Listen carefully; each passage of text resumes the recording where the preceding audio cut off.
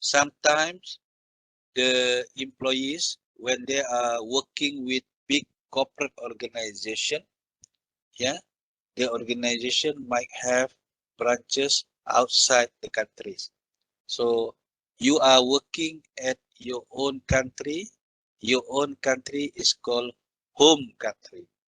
When you are transfer abroad, yeah, diantar keluar negara, working at the other countries, still in the same organization, that country is your host country. So first, you need to know the difference between home country, host country.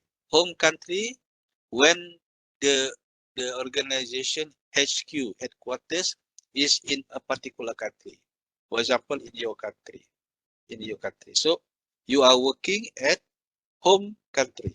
And because the organization has branches outside the country, and you were sent or transferred to that branches, you are flying to host country. You are working, you are Malaysian, you working in Japan, you transfer to Japan HQ branch. So Japan is host country, Malaysia is home country. So this is the basic understanding that you need to know to understand this chapter. So when you fly, transfer to other countries, to Japan, when you work in Japan, Japanese or people in Japan will see you as expatriate. Expatriate. You are called expatriate. You are working in other countries. In human resource management, the managers sometimes face a situation whereby they have to manage those staff being transferred abroad. Yeah, this is part of the important function in organization, and you should have officer to take charge on sending your staff employees abroad, because these particular managers or officers need to make sure that whoever being sent outside the countries will perform as expected.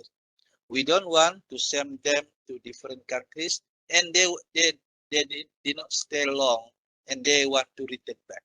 So if this happens, it will incur costs. Yeah, incur costs, because you already prepare everything, you already pay everything, and yet then you send the staff, but suddenly the staff did not fit with the host country.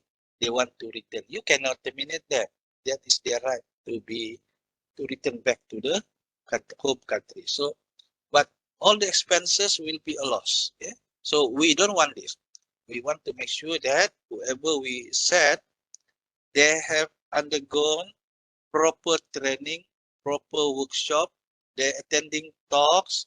They're not only them, but also their family. Yeah, because if they are okay, but their family is not okay, same thing happen. Their family will, will urge the husband or the wife to return back to the home countries. So this is the challenge. Yeah, when people are sending abroad, yeah, they are bringing their ethnocentric value. What is ethnocentric? Ethnocentric means, for example, if you are from Sabah, your ethnocentrism is Sabahan oriented. If you are from Sarawak, your ethnocentrism is Sarawakian oriented, similar with the rest of the state in Malaysia. So this is what we call ethnocentric, the community where you belong. And when you go to the Japan, for example, you are asked to work to transfer to Japan, you are bringing the Malaysian centrism to Japan centrism. So it's going to have different and opposite culture. Polycentric, it means that you are encounter, you have your own centrism, you are facing a lot of people with different centrism. Geocentrism refer to the location of the country. For example, Japan, Malaysia, Philippines, Korea. This is where is geocentric. You go to European different centric, American different centric, African. So this is geocentric. So a manager handling expatriate things need to know this ethnocentric, polycentric, geocentric. Every centric is the best. Yeah, nothing is better than the other. So when you go abroad, yeah, one of the issues is 3C. 3C refer to communication, culture, and competency. And then family inability to adjust spouse. Yeah, and normally, yeah, when you are sending abroad, if you are manager, and you are sending your officer who has family, you must pay attention on the family actually, because the family is the one actually influence the employees to return back to home countries. So as a manager of handling the expatriate, you need to arrange a program for the family as well. Yeah, not only to the employee. This is what we call spouse training. Spouse, the wife, the husband, they undergo special orientation. Yeah, but not many organizations alert about this, and they did not do this training seriously actually. And the fact is that if we talk about the influence, family members is most influential. Yeah, and then this is a good thesis. Yeah, this is a good thesis. Maybe later on when you come to your final semester, maybe you can do research on the influence of spouses on the employees returning home. Bagus tu. Okay, staffing solution. In order to avoid issues, you need to have expatriate manager. Yeah? And when you select employees, make sure you do a good selection. Don't send because you think just because of one angle. You need to look at every angle, because the minute you send a particular employees and that employees return home, it's going to be a cost. So selection need to be very detailed. Yeah, fit the task.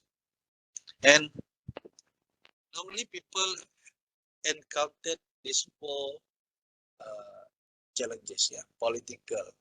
For example, when people go abroad, being sent to other countries, they will face these four issues. Political means that the way things were handled in other countries, more on governance, more on administration. So this is political about. Social is Eastern people, they when they go to Western countries, they might have some disharmonious kind of relationship, because Eastern people, they are collective people, Western, they are individualistic. You can refer this to Hofstad's cultural dimension. Yeah? And then cultural, of course, the culture is different. And legal, okay, especially on some sensitive issues. Yeah, legal. Yalah, those involve religion, those involve gender, so this legal thing. Different way of handling them in different countries. What works in one country might fail in others. This is what this is the challenges that expatriate manager is going to face in making sure that they are sending the right person. Managers must adapt their human resource policies and practices to the countries in which they are operating. All this while we talk about human resource management in the context of Malaysia. So you as expatriate manager, when you send your employees abroad, you must use the context of abroad, context of host countries. You need to relook at how our countries handling the human resource policies and practices, because they might differ from those in the host country.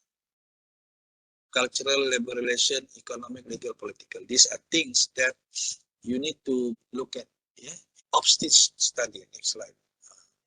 Inilah Opstitch study. There are 5 dimensions of Opstitch studies.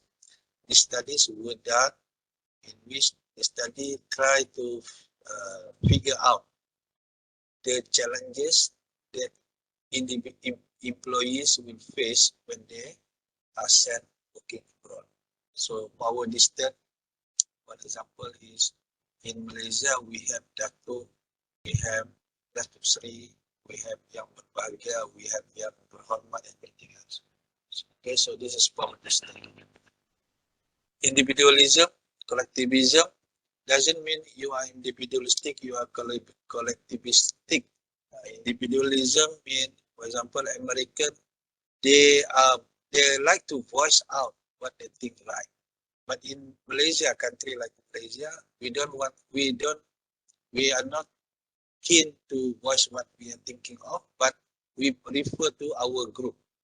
The group will talk about what we want, different. So this is individualism, collectivism. Long-term orientation, short-term orientation, way forward, future-oriented, more on the particular culture. But particular culture, they tend to look at within what they can reach, short-term. Uncertainty avoided. Some people look at opportunity with risk. Some people look at opportunity without risk. This is uncertainty. How I define uncertainty avoidance. Later you just find out the detail. Masculinity versus femininity means the gut, the courage of individual in attending a task and to achieve the expected goals. Realistic previews mean before you send employees abroad, you need to test them. You need to give them specific tasks and how actually they handle that thing. So you give them specific tasks, considering that they are abroad and how they actually face that issues, the tasks. So this is realistic previews while they are still in Malaysia.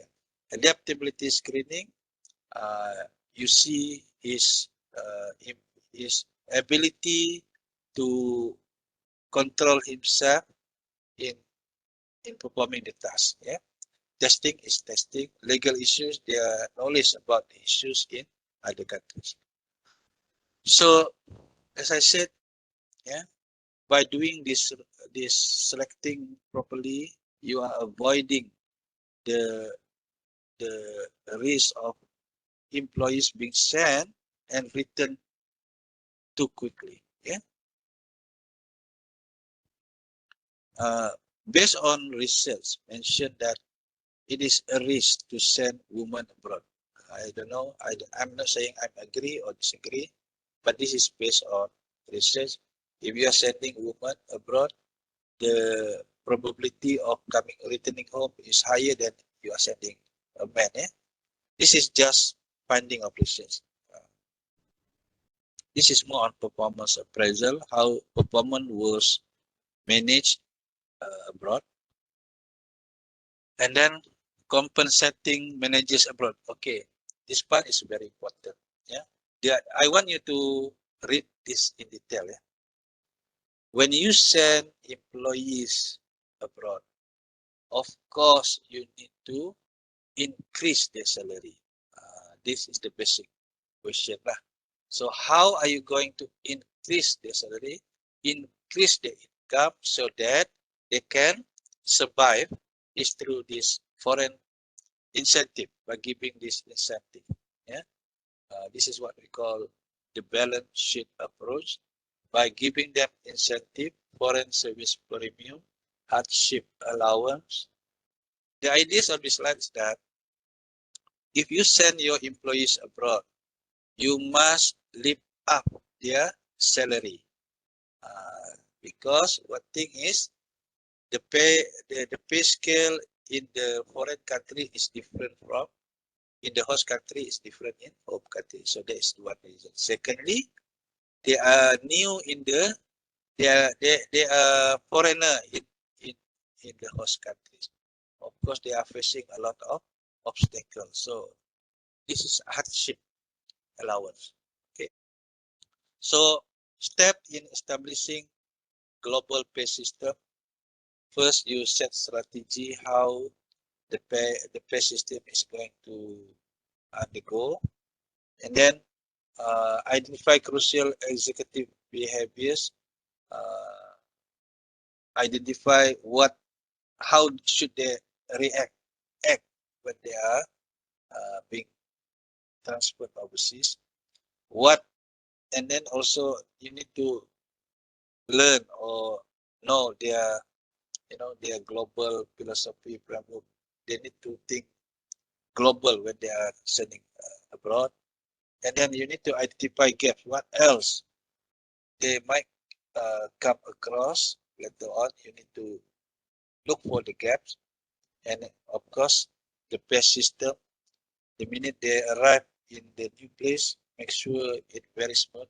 The payment, the salary, and so on, and incentive provided, and you need to make sure that the pay policy is adaptive. Yeah, the employees when they receive their compensation salary abroad, they know. Yeah, they know and they experience a good pay system because they are remember we don't want them to feel demotivated because if they feel demotivated, they are going to return home quickly, and it is going to incur costs, yeah, to the companies.